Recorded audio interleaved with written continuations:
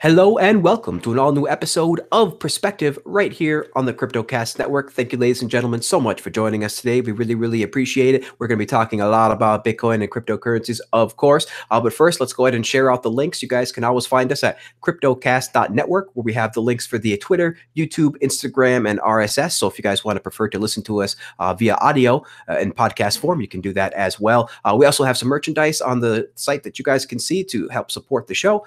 We have a couple of shirts on there, the CryptoCast logo and the Vortex logo and good stuff like that. You guys can check that out. And of course, we are sharing our QR code at the bottom, as this is a community supported YouTube channel. So we absolutely appreciate all the donations and feedback we get from you guys. We really hope that we're bringing you some good entertainment that you guys enjoy. And we actually just turned on the super chat, so you guys can also ask your questions in the super chat and tip us that way as well. And then we are also still doing our Programming with Bitcoin.com interactive 2-day workshop, where we'll be teaching C# developers how to work with Bitcoin itself, specifically the NBitcoin library. And that is taught by both myself and the creator of the NBitcoin library, Nicolas Doyer.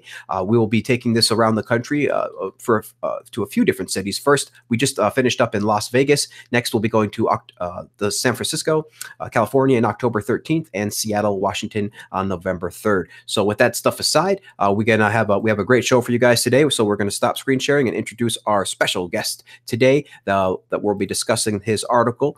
Ladies and gentlemen, can I present to you Mr. Dhruv Bansal of Unchained Capital? Dhruv, how you doing today? I am doing very well. Thank you for having me on the show.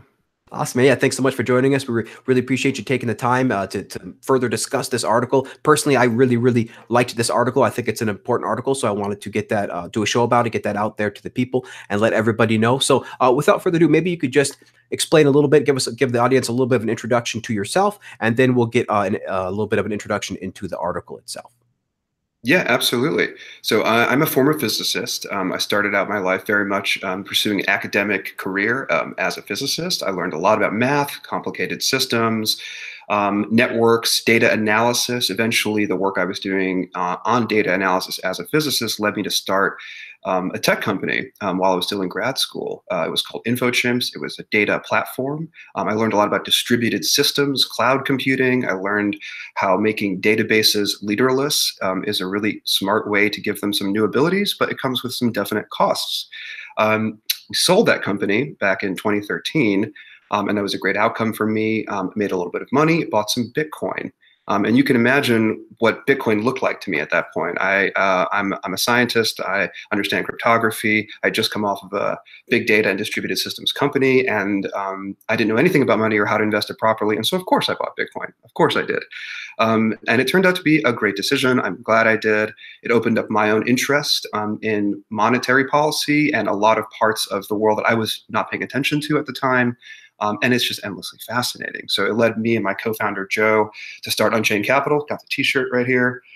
We're a crypto-backed lender. So if you have Bitcoin or Ethereum, you can come to our website. We can work with you to issue you a loan using your Bitcoin or Ether as collateral. So it's financial services. But in addition to working at Unchained and working with Joe, on a very practical product, this crypto lending product, we do spend a lot of our time thinking about the philosophy and like how crazy it is that blockchains even exist and what they mean and how they're going to change society. And truthfully, I think, some part of buying Bitcoin and getting involved and fascinated by it does have to do with its tremendous price appreciation and all those great qualities. But I think truthfully, an equal part of it for both he and I has always been just the mind candy about thinking about blockchains. And so this article really represents one distillation of a lot of his and I's thinking, and there's a lot of the other people at our company, and what do blockchains really mean? And it started out with, we kept hearing this idea that, oh, blockchains are just like the internet. They're like the next big internet. And it's like a very easy analogy to grasp for. I understand why people use that analogy, but in our view, it's a limited one. It undersells the core idea of what blockchains really are going to be.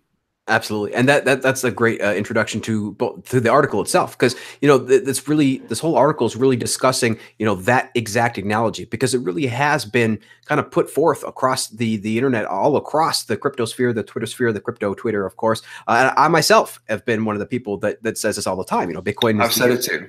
Bitcoin is the internet of money. It's just so easy to Mhm. understand, and so because the internet is a network, right? This is a crypto network. This is technically a network. Why can't they be similar, right? So we're going to get into that, and really the really big differences when you start looking at Bitcoin as a technology as opposed to just a network, right? It starts to get into some really big differences. So I'm excited to get into the article with you about that. So you have been working in the space now for a couple of years. So you've had a Mhm. chance, of course, to sort of distill some of this, all of this information. What is a blockchain? What is cryptocurrency? And you guys are running a fund. So let me ask you a little. Let me ask you. Go ahead and start off with the first section because it's interesting. You title it. Why one Bitcoin is worth $1 million. And so maybe you can just give us start us off with that section first, because we are going to go through the article section by section, and this is the introduction part. So go ahead and start us off. Yeah, absolutely. So I think maybe the first part of the answer is we were trying to be provocative. And I think that's a provocative thought that a Bitcoin could be worth $1 million. In particular, it was provocative if you look at the date that this article was published, January 19th, 2018.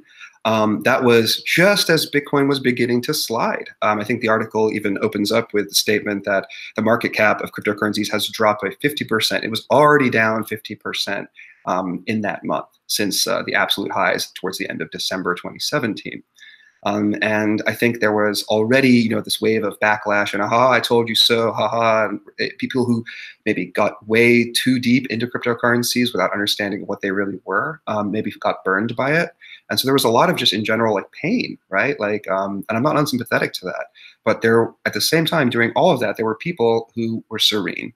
And it's because they fully expected this to happen, the market to collapse as it was. They expected it to happen.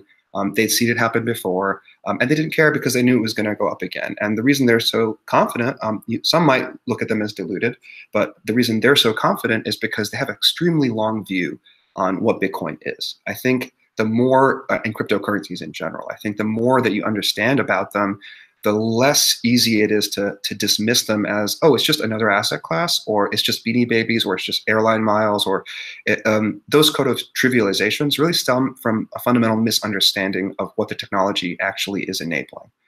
So I think those of us who are a little bit deeper have spent more time going down that rabbit hole and adapted our minds to understand like the core the core new idea of blockchains, which is distributed governance and ways for humans to opt into structures instead of being forced into inside of them. That idea is really new and cool. And so that's a really long-term idea. And this article tries to give you reasons to believe that long-term view so that you, like some of these long-term holders, can be more serene during periods of market volatility. Absolutely. It's important to always, take the long view here when you're talking about these world changing technologies. They don't change the world overnight. It takes time, right? And people, as you say, they always underestimate the first part and overestimate the first part, right? And then underestimate the last part. This has been true for every single global changing technology to date. And I like what you say here. Basically, you say comparing blockchains to the internet, actually undersells the eventual value of the industry and the impact it will have on humanity, because you want us to look at this in a different way, and we're going to get to that section next. But you want us to look at blockchains not just as another network, but as a brand new technology. Is that right? Yeah, I think so. And that comes from, I think, as the article then continues in the next section, first kind of contextualizing what the internet really is. And to me, that was really when this analogy started to annoy me, is it was really only when I started to perceive of the internet as the endpoint of a very long history, and Bitcoin as the beginning of what is hopefully a very long history. And so it felt weird to me and incongruous that people are taking the beginning of something that's totally new and comparing it to, like, in some level, the end point of a very long evolution of something old. And just because Bitcoin happens on the internet and it's going to be big, that doesn't mean it's like the internet is the best analogy for it. So this was me being pedantic and trying to provide a better one. Yeah, a little bit pedantic. No, I think it's absolutely brilliant. Personally, this is analogy I will probably start using, or definitely more start thinking about more into the future. So let's get into your new analogy that you believe is a much more apt analogy for comparing Bitcoin and blockchain, to some of these fundamental world-changing technologies. So let's get into that. Tell us a little bit about that theory, about that analogy that you came up with. Yeah, it really does start with the telegraph, and I didn't know that much about the telegraph. I did some research in writing this article, and I did find some cool parts. There was some cool history to the telegraph. And there's some cool history to really the emerging field of telecommunications, which is really my assertion in this first part of the article. Is that's what the telegraph was. It was the first example of a new kind of technology at the time, namely telecommunications technology. And there are examples of, if you break up that word telecommunications, what is it? Talking from distance or something, right? Like that's roughly maybe what the etymology of that word means. I'm not a linguist. That's my rough guess. But there were ways before the telegraph that people communicated over a great distance. Like I cite a couple in this article, things like cannons. There was a crazy idea once when naval ships would again, before telegraphs and before wireless communication, how would they communicate over many miles at sea? They could use Morse code, they could use maybe signal flares, but they could also use cannons. And so there was an audio cannon. So there's some code there, like you could send signals by the pattern in which you fired your guns. And so then there was this crazy idea of like, what if you just had ships every like several miles across an ocean, and then they could transmit data across the ocean just by firing their cannons constantly in like a series of relays. But like, it's important to like, that idea is so laughable now, but humans back, 200 or 300 years ago had there was no way to transmit information without using matter, right? Like we had to send birds or people or messengers on horse, right?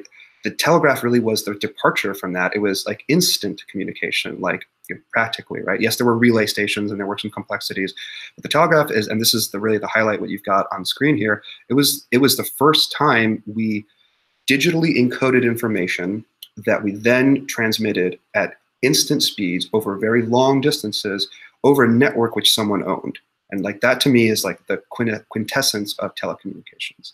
And so go ahead. Yeah, I was going to say, and really, I think a good point to outline is how you say that this is, the internet really allowed us to have kind of the first mini-to-mini telecommunication medium. As we have the graph here, we're displaying the graph here for the audio listeners. There's a couple different graphs we're displaying on the article here, but this one is we're displaying the evolution of one-to-one, and then one-to-many, and then finally the internet itself with the mini-to-mini reach. And it's very, very interesting to watch the evolution, go from all the way back, starting at the telegraph, which created and spawned the telecommunication industry, through to the telephone, radio, television, and satellite TV after that. Absolutely fascinating research. Yeah, I mean, AT&T got its start building telegraph networks. And I think this is a really important thing to learn about the history of telecommunications. It's always been a struggle over who owns the network. Now, the technology has always progressed. Like, again, it starts out with telegraph, which is literally a limited set of text characters that are sent over a very inefficient, hardwired network. And over time, we learn how to represent images in discrete ways. We learn how to represent audio. We learn how to transmit without using wires. We learn how to make the whole thing much faster. And then importantly, as you highlight with the internet, we learn how to make it many-to-many. So it's not just one telegraph operator transmitting to the next, or it's not just one radio broadcaster transmitting to a local neighborhood. It's one individual transmitting to the rest of the world via the internet. But the underlying apparatus of how this works has remained the same. It's always private companies which choose to develop the capital-intensive communications networks that these services run upon. And then what do those companies choose to do? They choose to charge rent in order to recover their investment. And that's what telecommunications is. And because of the massive capital outlays that are required to go out and build these networks, it's unsurprisingly centralized companies that have done so.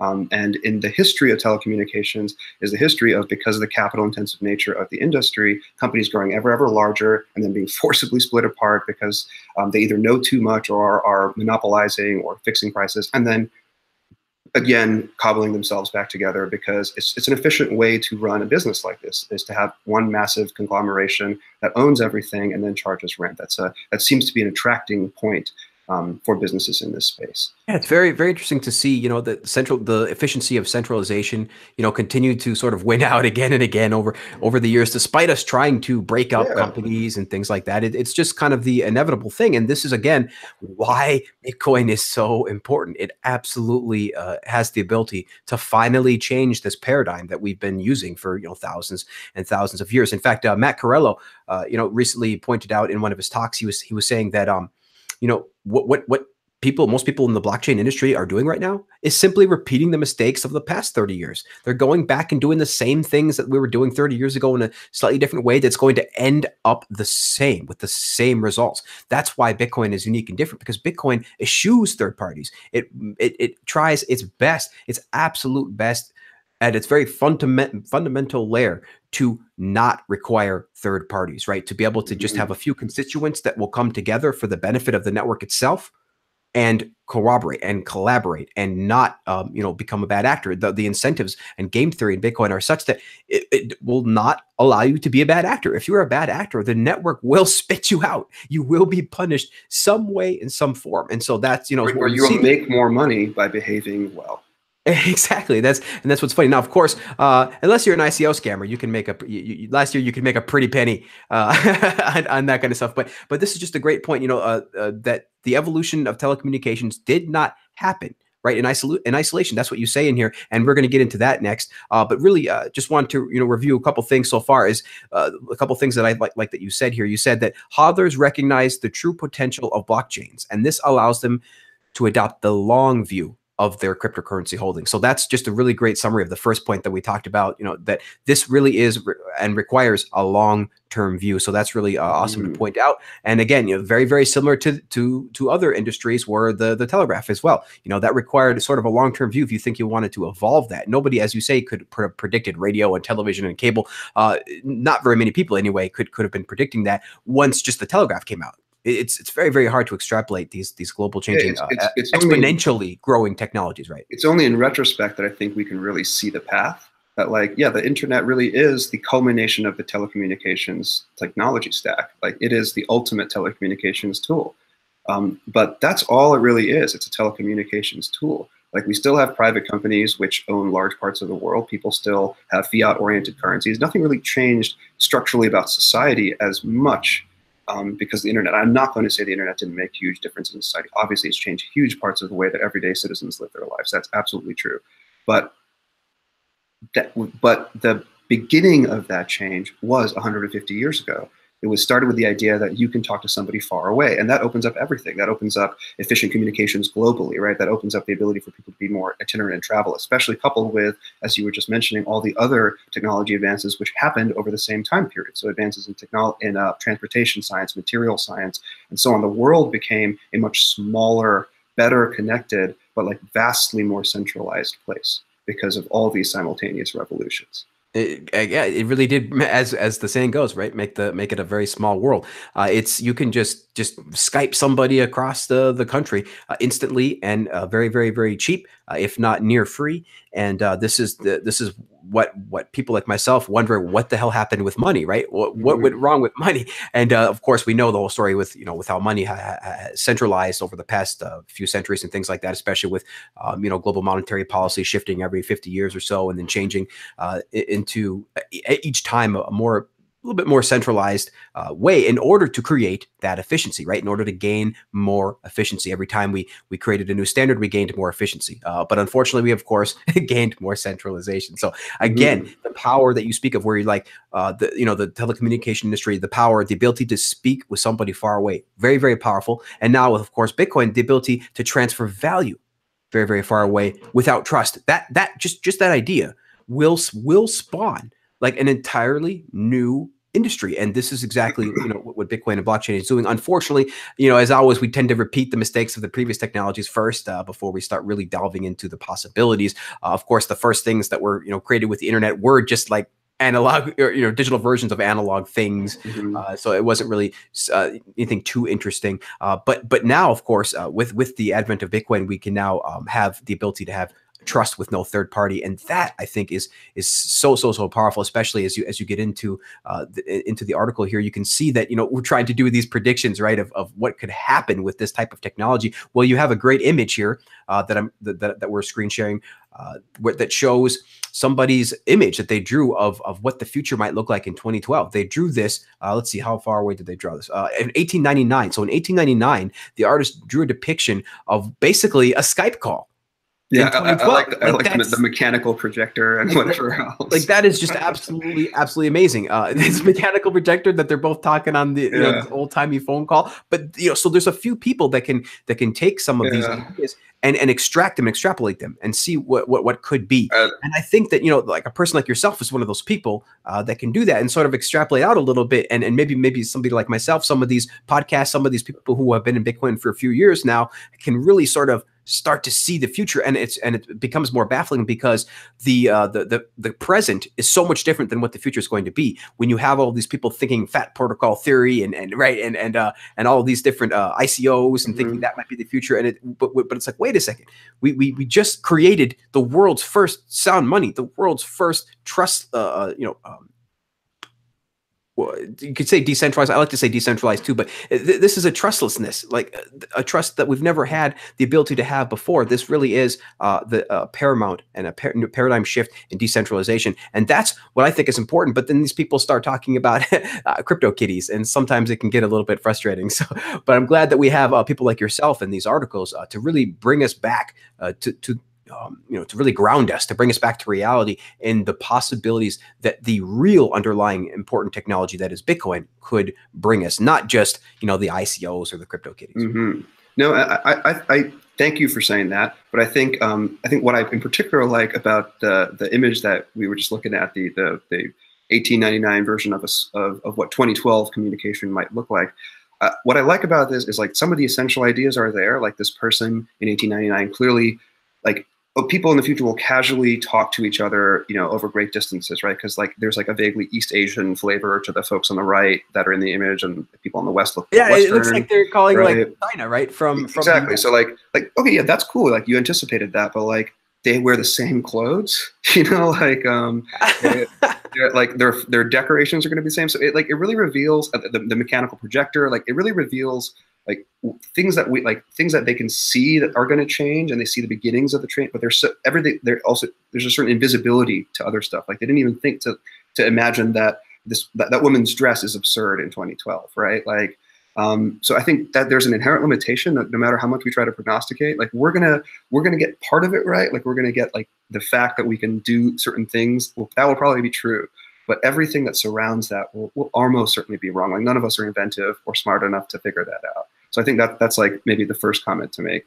But then in particular, I'd say that like you're right. Like Bitcoin, the reason I think hodlers are serene is because they think of Bitcoin more like the telegraph than the internet. They know that they're at the beginning of something. They know that it's kind of sucky compared to what's about to happen. And it's probably not going to take 150 years to execute itself like it did for the telegraph to the internet. It's probably going to be a much faster series of cycles. But I think hodlers recognize that, look, the internet was a 20-year phenomenon, perhaps, that just quickly happened, and blockchains are already 10 years old, so surely we should be half as successful as the internet. But that's very false reasoning. That's only good if the analogy of the internet were really a really robust one. If it's the telegraph, then we have many, many decades before this starts to penetrate into industries, before generations grow up who grew up understanding that blockchains are a thing and exist. Like this is going to deeply impact the way that human beings think about governing themselves and the institutions that they bind themselves into. And in particular, that I think the sentence that's highlighted here really tries to get at that, right? That just like the telegraph was the first telecommunications technology, and over the next 150 years, that core telecommunications idea would get better and better and better and better until it became the internet. Blockchains, and Bitcoin in particular, are the first distributed consensus technology. They're the first technology, like a thing that was made by humans, like out of computers and metal and parts. They're the first technology that lets us just like collectively agree or disagree to things. We've always had politics, and we've always had communications and telecommunications, and we've always had elections and these sorts of very human mediated things, but we've never had custom built technology that does those things. You can think of Bitcoin as a running election. It's a global energy market. It is a security protocol. It is a lot of things at once, but in particular, it is a non-coercive, opt-in social network that has self-perpetuation, robustness, and anti-fragility built in. It's extremely hard to kill, but it also doesn't coerce anybody to use it. It's unique in the history of political organizations, and it is a political organization. Like we talk about it as a technology, but the technology of the blockchain enables the political entity of Bitcoin to exist. And today, that political entity, it has some clout in the world. It commands a market cap of $200 billion. There are a few tens of millions of believers, perhaps, in this politics around the planet. But over time, as Bitcoin and blockchains and other currencies like them grow, that constituency is going to grow. And it'll become very clear that it is a political bloc. It is ultimately people who have chosen to believe something. I mean, that is the nature of the valuation of Bitcoin. It's just a made-up digital thing, man. We've chosen to hallucinate and believe that it's valuable because we see the value that if everyone did that, we'd actually have a really workable system. And so we're doing it. But that is remarkable. And so the question is, if this is the first time in history that's happened, and that's the telegraph, well, then what are the next 150 years really going to look like? Let's really open ourselves up to getting inventive and open about what society itself may resemble 100 years from now, when you've had 3 generations of people growing up understanding that humans that are widely separated can agree to things without being coerced, purely motivated by decentralized self-interest. Absolutely. Great points. I mean, it's really, really fascinating to see that each one of these global changing technology cycles gets faster, right? Everyone got faster. The PCs took off globally faster than television. You know, the internet took off faster than PCs. Mobile took off faster than the internet. And, you know, these types of, and what's funny is that some of these things are hardware based, right? Like mobile was hardware based and PCs are hard. This is completely software based. And so it can actually grow pretty fast. And that's why the internet, partly why the internet grew so fast too. It did require a lot of hardware, of course, but once we reached that saturation, it could just exponentially grow. And that was just really great. And of course, now with Bitcoin, the internet literally has the ability to pay for itself now, and it can actually grow. It can increase growing, because right now the internet is pretty much only growing about 10% a year or so. It was at one point growing at thousands of percent, like Bitcoin. Eventually, of course, reached saturation around the world. But now with Bitcoin, it can actually start increasing. Like the possibility is there for the internet to actually start increasing again, because we still only have 1/6 of the world on the internet, or maybe 1/5 of the world, a quarter. We still have a lot. We have billions more people to onboard on the internet just in the next couple of years. So that's really interesting to think about. And then also, it's really funny you mentioned the meat space. I mean, this is Bitcoin is not just a technology. It really does also involve these politics and these governances. And it's, for me, that's not the interesting part of it, because, you know, it starts going back to old paradigms and old ways of thinking. But at the end of the day, look, there is a meat space here. This is built by people. And so we are going to have to get along with one another. We are going to have to communicate with one another. And, you know, we've come up with all sorts of these different these ways of doing that. Last year, of course, we had the user activated soft fork that many people like myself was a proponent of. We put the hashtag in our name on Twitter. I mean, because Bitcoin is permissionless, there's just like no one way to do things, right? Nothing you do actually is really going to affect Bitcoin unless you get consensus. Yeah, that was a remarkable moment in history, I think, the success of the UASF movement. I mean, that really cemented the idea that it doesn't matter if 90% of businesses in the space or 90% of miners in the space care about a thing. What matters is what users want. In that sense, I think it firmly established that miners and businesses work for users. That's a very powerful new thing that this decentralized system was able to adhere to, and it survived. Like, that's really cool. It's absolutely crazy and fascinating that it did. I mean, it should not have survived. Like, right? Bitcoin should not be here today, but this is the reality of the situation. It happened. We actually overthrew, we actually overcame centralization. And that is what the force that has basically governed, this planet and all of its workings and all of its, various, everything, right? From ideology to economy to religion to everything.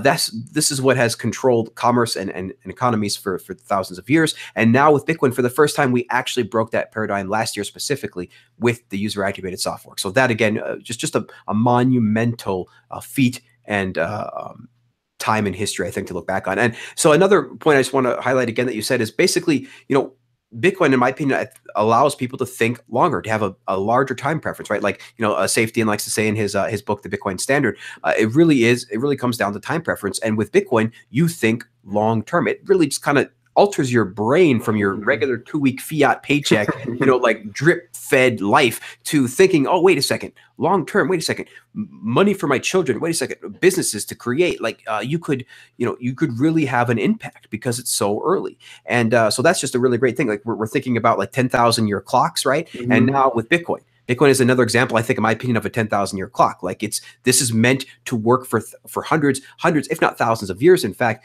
built into the software, of course, is feats, is events that will not happen for 100+ years, right? The mining reward is not set to completely go away until the year 2140. So this is an example of long-term thinking. I think is very, very important for society. It's an example of long-term thinking, but it's also an example of how the right incentives backed by smart cryptography and good distributed systems technology. It's an example of how those things can create healthy, distributed, self-incentivized behavior, right? The Bitcoin network is a distributed organization, right? It's a DAO, if you want. It is a distributed corporation who hires miners to secure the token that the company mints on a schedule they publish to their shareholders, i.e. the users, right? That's like a view that you can take on what Bitcoin kind of looks like. And what's remarkable about that is this is not a corporation that has a centralized board or a CEO that came up with this plan. There is like a mythical hero figure in the form of Satoshi that kind of set everything in motion, like the eponymous founder, if you want, of the company. But that person's gone, and now just the rest of us are just running this thing. And that's really cool that the incentives that were created have been powerful enough to build a worldwide computer network that has the highest uptime of any computer service probably in the history of the world, and is the world's largest, like by a certain measure, if you want, supercomputer. That's incredible. And when we go back to something like the internet, let's consider, again, going back to our telecommunications story. Telecommunications networks are one part of, in my view, what defines them is that they run on networks that are owned by private companies. That is part of the curse of telecommunications, if you want. It's why telecommunications is so inexpensive, inefficient, easy to monitor, and the people, like government, it's easier for the government to monitor the people since telecommunication technology is essentially centralized. All these things, in my view, are evils, but they're unsurprising evils because of the nature of the capital requirements to build these businesses. Bitcoin is a massive network that no centralized capital entity funded. It just built itself. It built itself globally in an organic way because users at a local level decided they wanted to be part of the network. They went and bought equipment. They bought physical things, and they wired those physical things together without any kind of centralized leadership to go build this thing.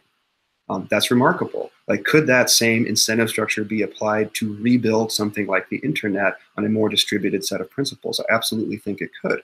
Like mesh networking, the idea of local radio or other frequency band transmission stations that are just operated by individuals. This is not space technology. This is like pretty straightforward communications technology, telecommunications technology, in fact, that we've had as a society for many, many decades. Why didn't we choose to build the internet as a series of distributed mesh networks that were all interlinked? That is sort of how it looks at certain levels, but at a global level, it's extremely coarse-grained and centralized. Why didn't we choose to build it that way? Well, because the incentive structure to do it that way doesn't exist. Like why would a farmer somewhere just set up a mesh network without the guarantee of users, right? Without the guarantee of revenue? Like that behavior doesn't make sense. Even if there's, in theory, a faraway good for society that could be unlocked, namely having a totally free, open mesh network that everyone can use, that's a value to society, but it's hard to get there without local incentives that move you towards that direction. Something like a blockchain can provide those local incentives in a totally leaderless, very efficient way and cause people to, like that same farmer out in the middle of nowhere could decide that their internet connectivity sucks and this mesh network thing is legit, and if they just buy this node and hook it up, they'll be making mesh token coins, and it's going to incentivize their behavior to actually go out and build a real world network in the same way that Bitcoin participants built their network. This network, by the way, could even be on top of Bitcoin on some level. I'm not trying to advocate in particular for any kind of implementation. I'm just making the point that having blockchains and having the ability to have distributed incentive structures unlocked extremely interesting forms of capitalization for businesses and societal functions that formerly could only be done by centralized organizations. That's really cool and powerful, and that's world changing. And I think that we can do better than ICOs. I agree. I think we can do better. Better than ICOs in the future. So just a quick question before we get back into the article here about the future versus centralized. I want to ask a question from the chat. He says, do you think that the next step in telecommunications could be quantum communication and transacting Bitcoin via this quantum communication? I'm not sure what the asker means in particular by quantum communication. We might want to get a It's kind of a follow-up on general, that. right? Yeah, it's kind of a general question a little bit. Like quantum mechanics? Is that what we're Well, talking about? probably like how I guess all the the sci-fi shows like Hmm. Star Trek and then a couple other ones they always communicated with quantum tunneling or quantum tech so that they could Hmm. communicate instantly from planet to planet. So I guess that's probably what he means. I guess the only way to do that would be some form of quantum entanglement or something like that. In my rather orthodox view as a former physicist, I believe quantum computation is extremely real. We have examples of working quantum computers to a certain scale. That does really change the rules of the world of technology, and it's something that we're going to have to contend with. Quantum communication, in the sense that we might be able to send signals faster than the speed of light, or instantly, or Yep. something like that. I'm still in the realm of science fiction for that one. So Gotcha. I'm not too worried about that. Quantum computation, though, extremely interesting. And just really quick too, on a side note on the quantum communication, or sorry, on the quantum computation, it's so many years out to worry for Bitcoin, right? I don't think that anybody that is worried about Yeah. Bitcoin or RSA or any of the security standards being completely broken by quantum computing anytime soon. Because even if that did happen, it wouldn't happen in isolation. Everybody would know, and we'd Everything will be broken then. yeah, everything would be broken. So I don't think you Yeah. are too worried about that in the near future. Is that right? Yeah, your bank account will be emptied long before your Bitcoin stash is taken if Okay. quantum computers are the culprit. Yeah. And, Yeah. and I think the worry that people theorize about is that someone has a quantum computer that they've built that is like generations ahead of what the world believes is possible. That's kind of like the argument that someone has broken a hash function, that computer scientists are aware of a tower of increasingly hard to break hash functions, and over time the bottom floors of that tower become insecure because computers are just powerful enough to break them. So it's kind of like, can someone secretly do this? And the consensus belief is that they cannot, but secretly they can. That is a threat model that maybe is credible, but I'm not up to date enough on the nature of cutting edge developments in quantum computation to really say. But even if that were possible and true, I feel like the first target that someone will go after is unlikely to be people's Bitcoin stash. There are many larger value things that are less well protected, also via similar kinds of cryptography, that they could go after first. And Bitcoin, like most other things that use cryptography, is free to adapt its cryptographic schemes. It might not be easy, but it's free to do so over time. Quantum computers, as far as we understand them today, are extremely single-purpose machines. It's hard to make a quantum computer, as far as we know today, that could solve all sorts of different arbitrary encryption problems at the same time. Absolutely, absolutely. So very, very great points. So just to sum up so far, we're basically saying that that he's basically saying that blockchains are really more representative of the telegraph than the internet, because again, this represents an entirely new industry, an entirely new technology that literally did not exist before. And so that's really great. Again, comparing telegraph with the creation of the telecommunication industry, now blockchains with the creation of a new industry. And again, I like this quote you say, blockchains are the first distributed consensus technology. They use cryptography to enable global coordination through collective self-interest instead of centralization. So again, really, really great points. So let's move on then to the next part of the article here, called The Distributed Future versus the Centralized Past. Go ahead and walk us through this part and your thinking behind this section here. Yeah, I mean, I think this is really where we start to get predicty. Like, let's actually talk about the future. So this is, especially in light of my prior comments around how predicting the future is inherently unstable. Let's just do it anyway, right? So what do I think is going to happen? I think I'm hesitant. I think in the crypto community, people often elevate distribution and decentralization as virtues, and they use centralization as though it is an evil concept. And I think there's some more nuances required. Centralization is how we've done everything because it's really efficient and it works really, really well. And it was necessary. I don't think you can build a semiconductor without having centralized many of the apparatuses that we have done so. You probably need things like fiat money. You need like governments that are extremely strong. You need education systems. You need universities. You need massive supply chains. Yeah, sorry to cut you off real quick too. It's just, and people don't like to believe this or realize this, but in the past it pretty much took wars, right, to create the technology that we had. It wasn't just all of that. It actually ended up taking freaking wars in order for us to advance our technology to the point today. Of course, not advocating for that, but just it's an important point that people need to know from the past so that we don't have to repeat that. And what else would we have done? We didn't have great schemes for how to organize millions of people together that were not hierarchical. That's all we've ever known how to do. And so that's what we did. We built large hierarchical centralized structures, and then we used them to build the world that we all live in. And it's a great world. Like, I mean, there are parts of it that are broken and could get better. But I don't think you get to blockchains without having done this. You don't get to semiconductors. You don't get to a lot of the technology apparatus that we need that we're using today to build this awesome decentralized future without having walked this path first. Absolutely. But now that we're here, okay, now we have some choices. Let's think about like what we might do. As we were discussing, blockchains unlock the ability to create incentive structures, which then drive desired behavior in societies. Now, I'm trying to be value neutral here, right? Because I think someone could easily argue that Bitcoin is bad, like according to their morals and their view of what is good or bad in society. What they couldn't argue is that somehow the incentives that Bitcoin is designed with aren't creating the desired behavior. Like Bitcoin's incentives are causing the behavior in Bitcoin users that I believe was intended by the designers of those incentives. So we know that blockchains as a scheme do work. One can argue that what they're making people do is bad. That's fine. That's a separate argument. But we know that the idea that distributed, we know the idea of incentives that are encoded in blockchains can be used to drive distributed behavior. So cool. What kinds of behavior would we want to drive? What kinds of other technologies are going to be important over the coming 100 years of, whatever the internet of distributed systems is? Like in my analogy, right? If blockchains and Bitcoin are the telegraph, what is the internet?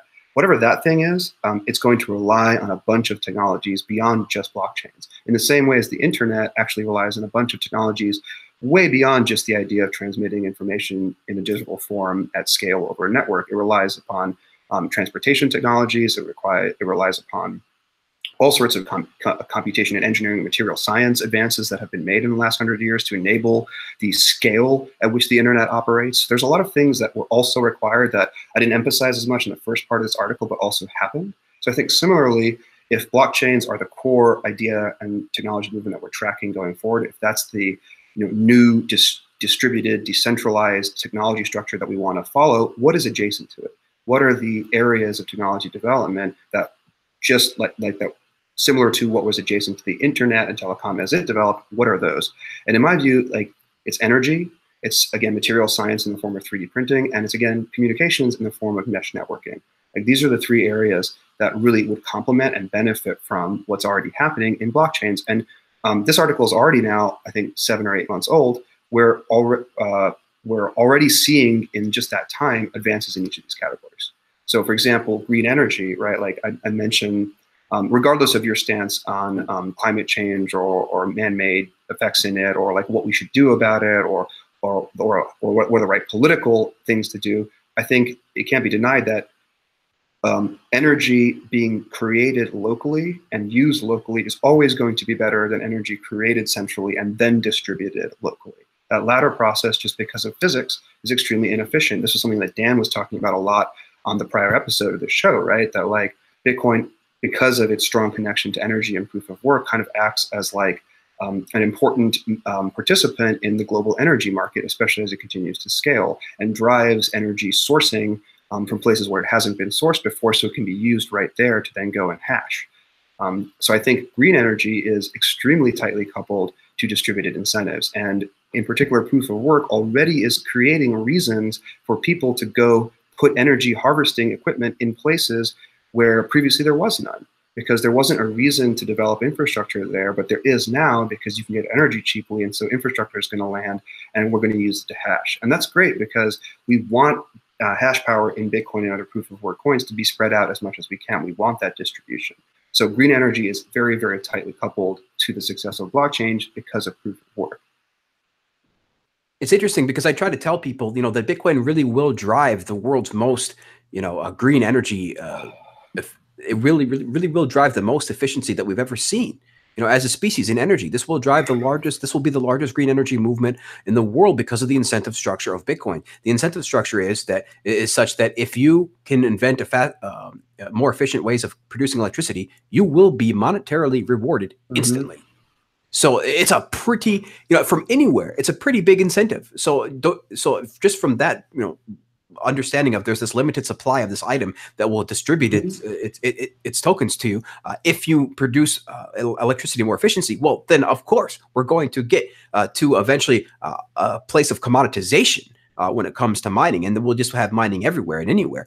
That would be the goal eventually, of course, to decentralize more of the mining architecture part of Bitcoin. But really, that's the incentive structure, and people kind of see it's funny because they're like, they look at all the proof of work and all of these huge mines, right, that are there right now, that are just football fields long. They're looking at them and they're like, how the heck does this produce, or incentivize green energy? But in fact, it does, because eventually what you're looking at right now is a very crude first implementation of proof of work. Eventually, it will be far, far more efficient, and it will take far less energy, and we will be able to produce more energy more efficiently. This is what we do as a society over and over again. It's what we talked about with Dan. Every 100 years, we produce orders of magnitude more energy.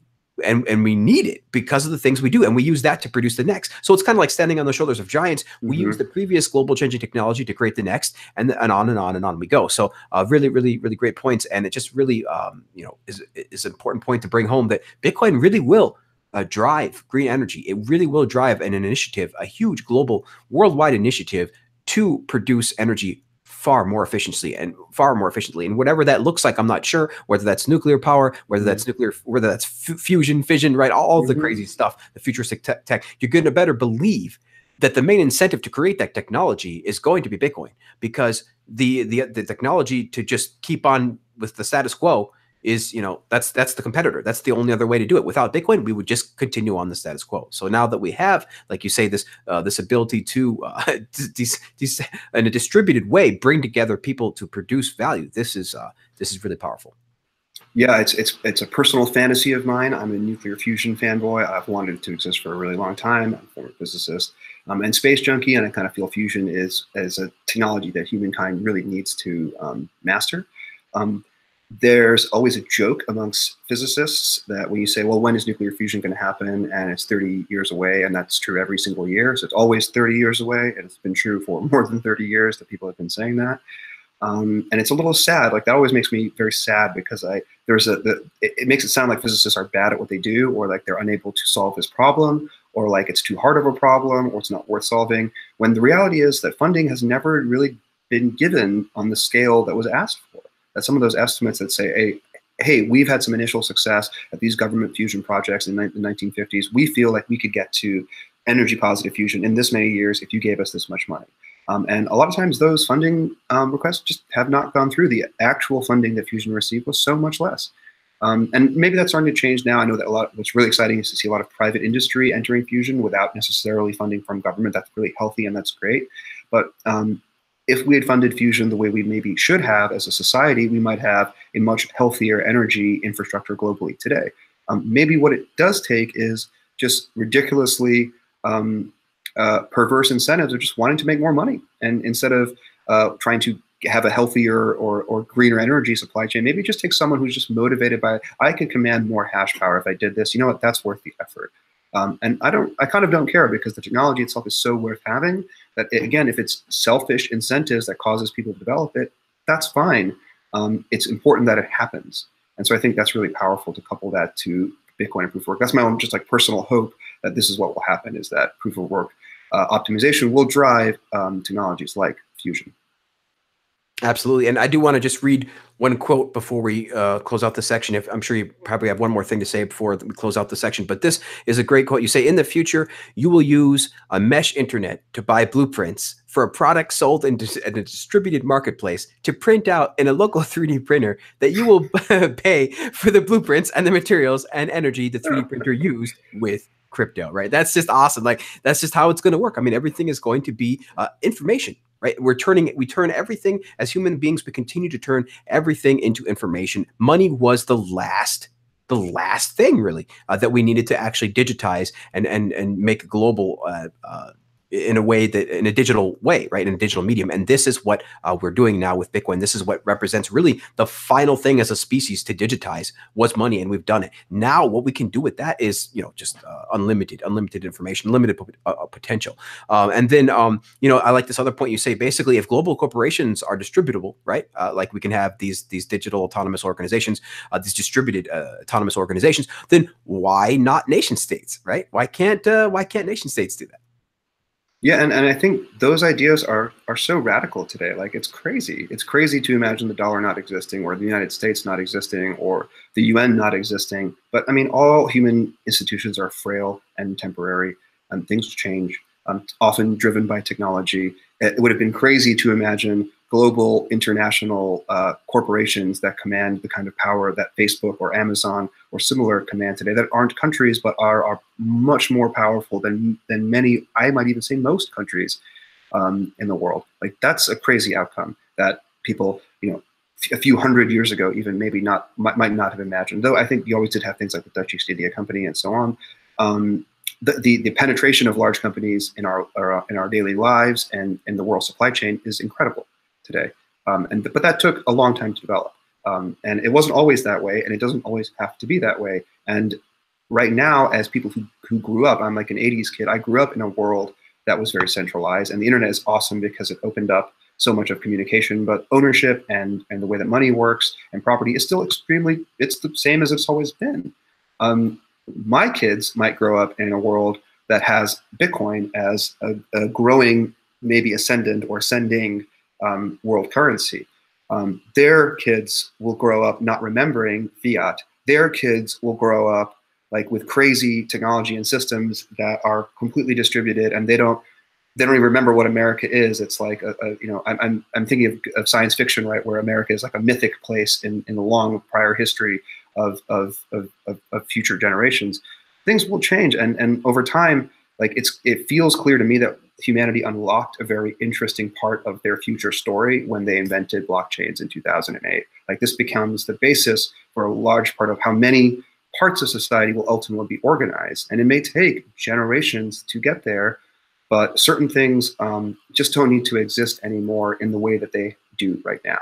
And that's like what I mean by this Amara quote that is highlighted here on screen is, we get this ICO craze because everyone's like, oh my God, blockchains, that means 2 years from now, we're going to have property on the blockchain, and I need to have an ICO to put property on the blockchain, and here's my project, and it's awesome. And then it's such an overreaction, right? Because that is not going to happen in 2 years. That is an overestimation of the effect of this technology in the short term. But at the same time, too few people talk about how in 100 years, we may not have nation states because we don't need them anymore. Like that still feels like crazy science fiction, but we planted the seed for that in 2008 when Satoshi published the white paper. Like that is something that you can see a road to that happening now, because you can see how humans can organize themselves to build the kinds of things that formerly they would have had to centralize in order to do. Absolutely. And let me just read one of these quotes before we let you close it out. This was a great time. I had a great time, Dhruv, and I hope that the audience learned a lot. This was a really great article, and we covered a lot in this short amount of time. So people are going to probably have to rewind it. But I just want to say this one quote here is you say, a more distributed world where energy and resource allocation will still matter, but centralized supply chains, media and energy networks, and the perverse incentives they create will be gone. And that's just a great summary, I think, of what you say here, of what you spoke about here. And then I really like this quote a lot too. You're like, Satoshi's promise was that by holding Bitcoin, you potentially hold a share of the total economic activity of the entire future world. And I think that is really holding true. We are starting to see that Bitcoin is going to be the cornerstone of monetary policy in the coming years. It's really going to be the main store of value that we put our wealth in. It's going to be this network that connects all of the value, the digital value in the planet. It really is going to be just like Satoshi promised. You really do get to hold a piece of the economic activity of the entire world just by owning a piece of Bitcoin. So that's really great. And then finally, I'll close it out with this quote. You say, if Bitcoin really is the telegraph, then that means an entire revolution in technology, politics, and society itself is about to occur. and has already started. And I think I couldn't agree with that more. This is the Bitcoin started a huge movement, and it's not slowing down. It is only accelerating. So, Dhruv, I'll let you close it out. Give us your final thoughts and your final words. And again, I'm sharing the article here for the audio listeners. I am screen sharing the article, but you will of course always be able to find links to Dhruv, where to find Dhruv, and the article itself in the show notes. So go ahead, Dhruv, close us out. Yeah, absolutely. Thank you so much again for giving me an opportunity to talk about this article. Like, this is really started out, again, as I said at the top of the show, with just like a little annoyance. I felt that like you're missing the point if you compare it to the internet, and maybe a few thousand words on why I'm annoyed by someone's analogy is a little self-indulgent. But I've enjoyed having this conversation because I do think that it's important to recognize that we're at the beginning of something. And the analogy of the telegraph, it's to be trying to be provocative and trying to tell hopefully what's an interesting story and a good narrative. But the biggest, I think, takeaway is we are just at the beginning. Like, I'm a technologist in this space. I write a lot of code in Bitcoin and Ethereum. I've been a holder for years. We are just at the beginning of this, right? And I think sometimes the part that makes me that I have the most trouble believing is that we've even made it this far at all. Like, it's remarkable that Bitcoin is worth what it is today, even if it's down 70% from its all-time high. That it has a value higher than zero is remarkable. And I think it indicates that the fundamental conceit of blockchains, which is that human beings can choose to believe in systems of account by opting into them and then actually living by those rules, like, that's a really cool idea. And this article has really just been an exploration of, okay, what if we start applying that idea as a species to all the other aspects of governance and society, and what will that world look like? I think if I were if I were a science fiction author or something, like, I would write a book about this, right? I'm not that creative. All I can do is provide analogies, and then in my business, hope to try and support growth, hope to try and support Bitcoin. And so I think that's really like maybe the final takeaway is really like, because it's an opt-in distributed system, we also can't defer decision-making or control or responsibility to those politicians in Washington. Like, these people don't exist. Like, there is no one you can just wave your finger at and quaff a beer and complain about and feel like you're not ultimately responsible. Like, we're each responsible. Like, your work on the UASF, like, is to be commended, right? You take a risk by taking an opinion and sticking to it and advocating for something. And I think that's really to be commended. And all of us need to do that. And I'm not in a position to tell anybody what to believe, but the nature of this industry is that, do your own research, decide, verify, don't trust, decide what you hold to be true, and then hodl it. Absolutely, absolutely. Great words, great advice. In my opinion, Dhruv. Maybe you could just tell the audience where we can find more information about you. Absolutely, yeah. You can always find me on Twitter. I'm at Dhruv Bansal. You'll find the way to spell that in the show notes. I'm also the co-founder of Unchained Capital. If you ever need liquidity because of all the Bitcoin or Ethereum that you're holding and you really believe in the currency but don't want to sell, come check us out, unchained-capital.com.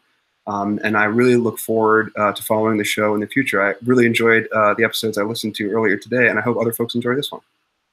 Absolutely, absolutely. I just love the points. We're all in this together. Bitcoin listens to no one. I love the data that Nick Carter and people like Nick Carter are doing, showing that Bitcoin has overtaken the gold OTC market already. You say it's impressive that it's over zero. It's impressive that it ever reached parity with the dollar, the reserve currency of the planet. It's even more amazing that it was over gold. When it went over the price of gold per ounce, and now at over $6,000 a coin. I mean, it's really, really, really become impossible to shut it out and to naysay it. And to, it's at this point, in my opinion, personally, I was calling Bitcoin like an experiment really up until like 2012, 2013. Really was just really an experiment. But at this point, the protocol has matured. It's still a long way to go, but it has matured in the security realm wise. So it really is solid now. And of course, we just have had that recent bug, but again, that was from like 2 years ago, and processes were much different back then. Now things are handled much cleaner, and they continue to be handled much more cleaner as more awareness comes to this project. So awesome talking with you. I really appreciate the time, man, and thank you so much. And again, guys, we do shows like these all the time on the CryptoCast Network. We got shows coming up pretty much every day. I think next week we definitely have one coming up tomorrow, a perspective tomorrow, and of course we have the Bitcoin News Show every Sunday at 12 p.m. Pacific. And so make sure to catch us there. And of course we have the super chats and the donations all there available for you guys to check out. And we really appreciate you guys seeing. You guys coming on the show. We hope that you guys learned something. I know I definitely learned something. We have brilliant people like like Dhruv on the show, physicists, in fact, so far beyond anything that that any of us normal folks can understand. So again, we appreciate the time, man, and I hope you guys learned something. And until next time, guys, just keep talking Bitcoin, and we'll see you later. Bye-bye.